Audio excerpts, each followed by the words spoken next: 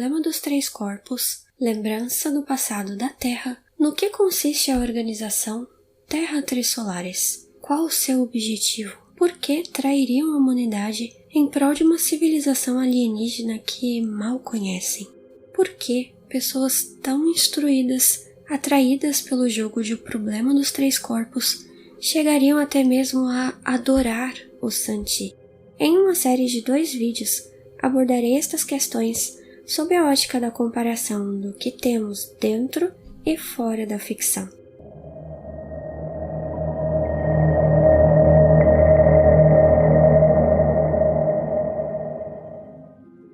A descoberta de uma vida alienígena inteligente pode ser disruptiva e estremecer o pensamento humano, seja ao nível filosófico, técnico, científico, ético, moral ou religioso, sendo um campo fértil para obras de ficção científica. Na atualidade, esse debate não é apenas teórico, mas também empírico. Procurar por vida extraterrestre envolve diversas abordagens, como por exemplo o envio de sondas espaciais numa exploração direta, ou também a análise de bioassinaturas em atmosferas planetárias, que seria a detecção de compostos químicos, padrões moleculares ou processos físicos que poderiam ser indicativo de organismos vivos, sendo o principal método a espectrografia de transmissão. A análise da luz que passa através ou é refletida por uma certa atmosfera planetária. Isso porque diferentes tipos de moléculas absorvem e emitem luz em comprimentos de onda específicos, criando assinaturas espectrais únicas que podem ser detectadas por telescópios, a depender da distância e do tipo espectral do brilho da estrela-mãe. Procura-se também por sinais de origem artificial, como megaestruturas, por exemplo, esferas de Dyson, ou sinais de rádio que não sejam atribuídos a fenômenos naturais. Após 31 anos de planejamento, está em construção aquele que será o maior radiotelescópio do mundo, o SCA, que quando completo terá mais de 131 mil antenas espalhadas entre as 512 estações entre a Austrália e a África do Sul. Terá mais de 8 vezes a sensibilidade de outros radiotelescópios do seu tipo e poderá detectar sinais extremamente fracos na busca da vida extraterrestre, além de outras funções. Mas a humanidade já pensava em tempos antiquíssimos em outros mundos, mesmo quando não existia todo esse aparato tecnológico. Na Grécia Antiga, o mundo era entendido como um conjunto formado pela Terra centralizada, com o Sol e a Lua à sua volta, assim como as estrelas fixas, as que não pareciam se mover no céu, e as estrelas errantes, os planetas que se moviam. Se existissem outros mundos como este, poderiam existir também outros habitantes. Havia então o debate, de um lado, da física aristotélica, com a ideia de um único mundo, e do outro, a ideia de muitos mundos, a pluralidade de mundos, fundamentada pelos atomistas. Para Aristóteles, tudo que se encontrava abaixo da Lua, o mundo supralunar, era composto pelos elementos terra, água, ar e fogo, substâncias com densidades diferentes que teriam um lugar natural de acordo com uma hierarquia pela nobreza da sua matéria, com o lugar natural da Terra sendo o centro, o local mais baixo nessa hierarquia, como falei nesse outro vídeo que aparece aqui no card. E as coisas no céu seriam compostas de uma substância leve, nobre, indelével, cujo lugar natural era sempre nas alturas. Por isso, não poderiam existir outros mundos, pois se existissem, como a Terra, estas substâncias mais pesadas iriam disputar o seu lugar no centro do universo, junto à Terra. Iriam se agrupar para que o movimento da circunferência do universo continuasse harmonioso e fisicamente possível, através do primeiro motor, que era algo imutável e transcendente, que provocava a mudança e o movimento em todas as esferas internas. Para Aristóteles, a ideia de vazio era absurda e comprometia a ordem do universo, por isso não poderiam haver mundos separados. Por outro lado, para os atomistas, como Demócrito, tudo que existe era formado de átomos. Não exatamente como os átomos que conhecemos hoje, e daí deriva o nome, mas como pequenas substâncias indivisíveis e inseparáveis que, combinadas, produziam diferentes arranjos e assim formavam tudo o que há. A ideia de vazio era parte integrante da visão atomista, porque o vazio entre os átomos permitia a livre movimentação destes, com arranjos diversos. O número de átomos poderia ser infinito, e se existiam tantos átomos, seria ilógico pensar que apenas um único mundo se formou. Com diferentes arranjos possíveis, é de se esperar que existam outros mundos em diferentes estágios de formação e destruição, alguns semelhantes ao nosso, outros diferentes. Na filosofia epicurista, também atomista, a pluralidade de mundos se manifesta.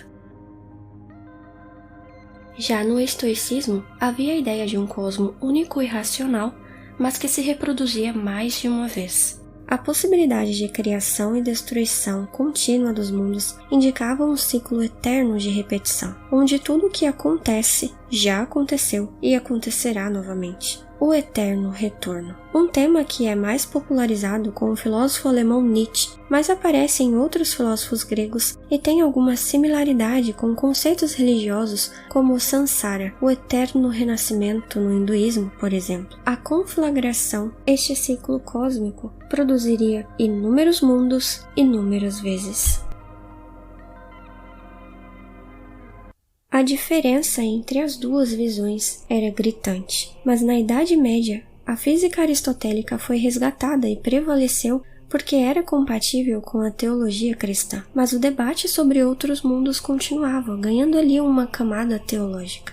O debate se concentrava agora também nos princípios de singularidade de Cristo e de plenitude, que era a ideia de que tudo o que pode existir deve existir em algum momento. Se o universo é infinito, todas as possibilidades serão plenamente realizadas. É importante lembrar que naquela época não existia uma separação clara entre ciência e religião, porque o estudo da natureza era visto como uma relação com o divino, como se a natureza fosse um segundo livro sagrado depois da Bíblia. Por isso, as questões teológicas estavam sempre presentes, e a ideia de pluralidade de mundos trazia muitas questões, como por exemplo, a humanidade não era a criação última divina? Tudo o que existe não existe para a humanidade? O sacrifício de Cristo foi válido apenas para os humanos ou também para os extraterrestres? Seria preciso uma encarnação de Cristo e sacrifício para cada mundo? O pecado original, transmitido pelos descendentes na Terra, não afetaria os aliens? Ou eles teriam o seu próprio pecado original? Santo Agostinho defendia que, se outros seres inteligentes, semelhantes aos homens, existissem, eles iriam precisar de um salvador próprio, e assim a propriedade única de Cristo seria abalada, além de que na Bíblia nunca foi referida a existência de outros mundos. Já Santo Alberto Magno concordava com a física aristotélica e com a singularidade das encarnações de Cristo, mas ele, assim como outros, não abandonava de todo a ideia de pluralidade de mundos, porque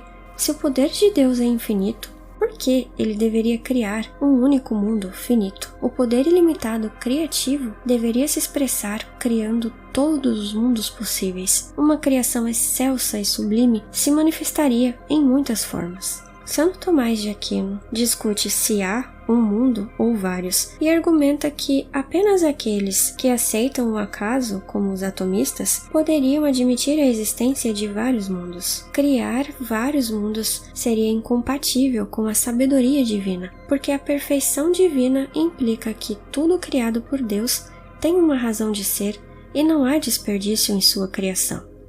Se outros mundos existissem, eles só poderiam ser diferentes ou similares à Terra. Se fossem diferentes, algum mundo conteria menos elementos e, portanto, seria menos perfeito em relação ao outro, porque perfeição implica em completude, em impossibilidade de acrescentar algo.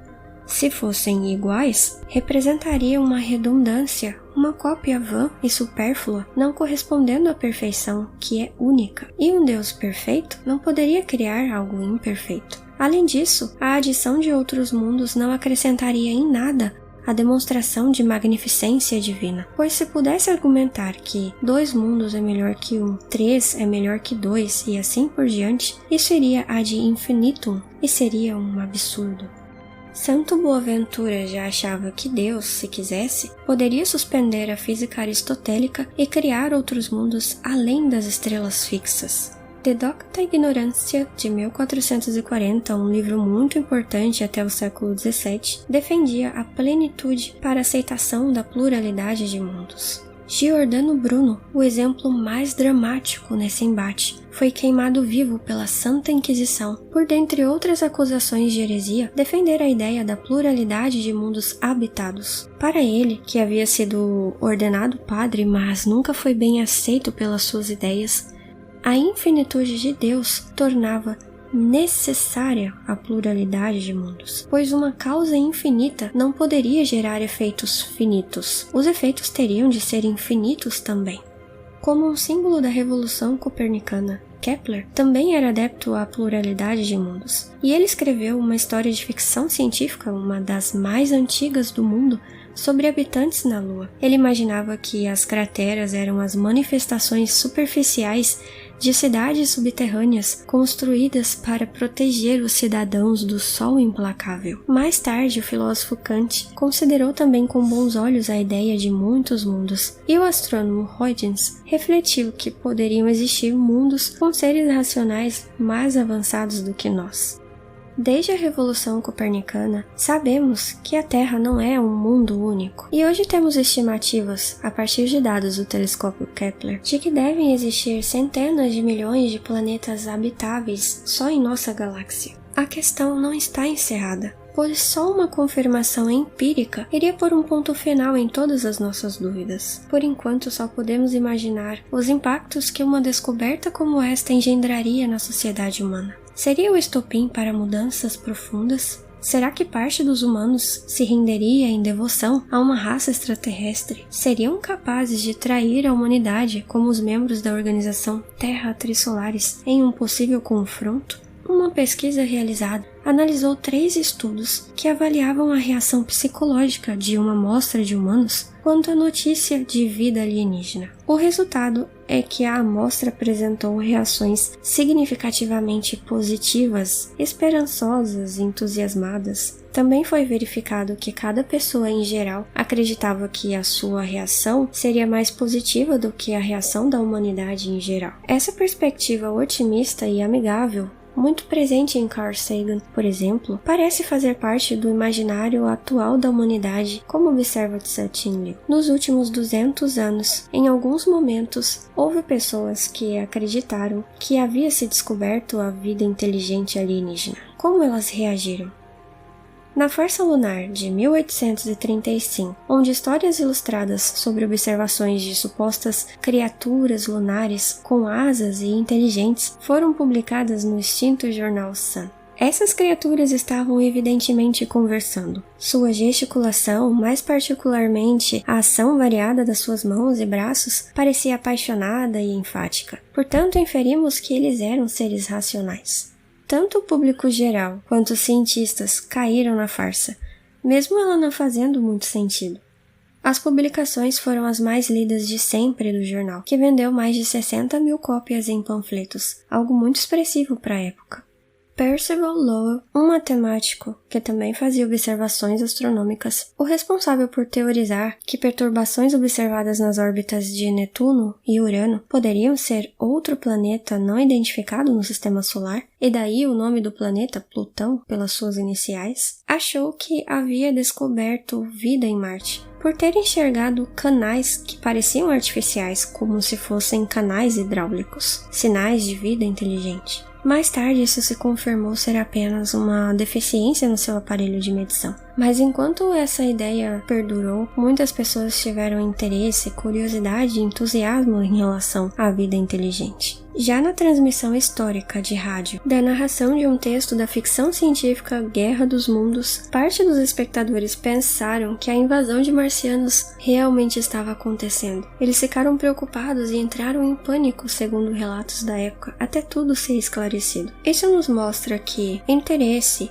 entusiasmo, otimismo ou medo, a depender do cenário, são possíveis reações que uma descoberta da vida alien inteligente poderia causar. Mas e quanto ao grupo que forma a organização Terra Trissolares? As suas reações fazem sentido? Na parte 2 desse vídeo será abordado como essa organização reagiu ao primeiro contato com uma vida inteligente extraterrestre. como a organização se formou, seus planos, motivações e objetivos. Espero vocês na parte 2, caso não sejam um membro disfarçado da organização Terra Trissolares. Mas se forem, eu espero também eliminar a tirania humana. O mundo pertence a Trissolares. Inscrevam-se no canal Chan Tiumbirmudiumbis para acompanhar os próximos vídeos e até a próxima!